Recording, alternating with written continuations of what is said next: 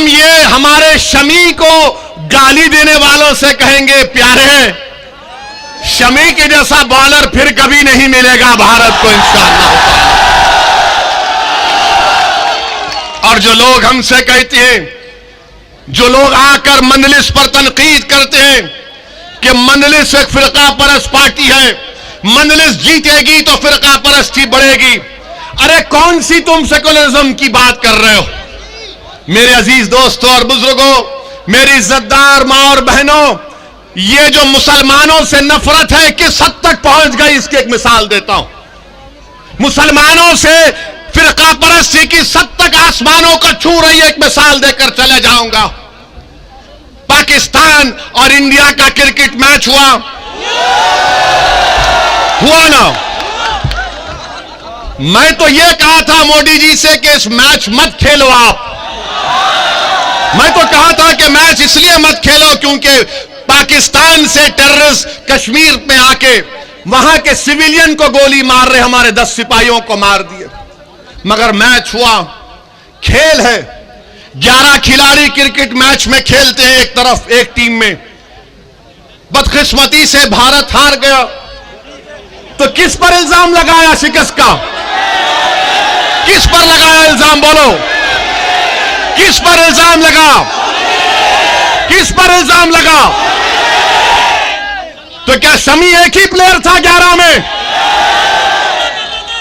11 की टीम थी, मगर फिरका परस्ती बताने के लिए आपसे कह रहा हूं कि टीम हारी, हमको तकलीफ है, मगर शमी पर जिम्मेदारी डाल दिए कि शमी की वजह से हार गए, शमी की वजह से हारते। ये नहीं, यही तो फिरका परस्ती है, यही तो मुसलमानों से नफरत है। इसको आपको समझने की जरूरत है। मीडिया के लोग हमसे आकर पूछे, हमने कहा लो हमारा बयान हम कहते हैं, तुमसे सुन लो।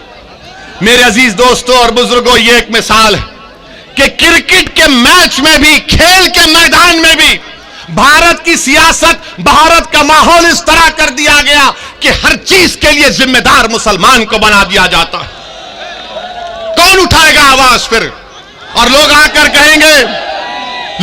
कहेंगे नहीं नहीं, हमको इस माहौल को खत्म करना। रे कैसे खत्म करेंगे माहौल को? माहौल को खत्म कैसे करेंगे? भीख मांगकर माहौल खत्म करेंगे? रोकर माहौल को खत्म करेंगे? नहीं। जमहूरियत आपको इस बात की इजाजत देता है कि आप सियासत में हिस्सा लें, अपने वोट से अपने उम्मीदवार को कामयाब करें, और अगर कोई आपसे बदतमीजी करना चाहता है तो आप कहें कि मंजलिस का ये कैंडिडेट हमारे सामने, तुम इससे बात करो आके।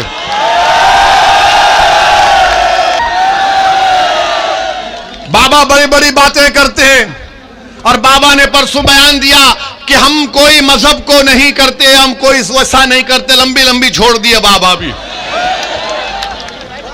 हम उनसे पूछना चाहते हैं कि मुजफ्फरनगर में का यह बात सच नहीं है कि मुजफ्फरनगर में जहां पर 40% के करीब मुसलमानों की आबादी है ना,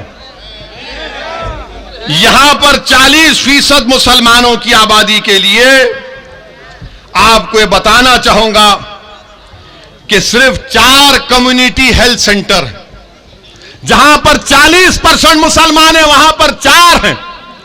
जौनपुर में 10% है, वहां पर 22 हैं। अब आप खुद फैसला करिए, कोई उठाता है इन बातों को?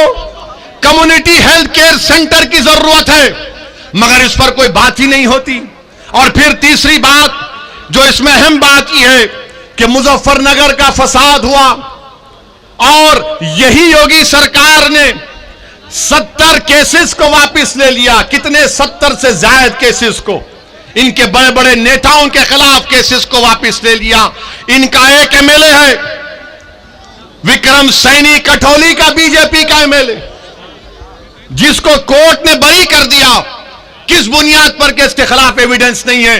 क्या सरकार का काम नहीं है कि उसके खिलाफ अपील की जाए?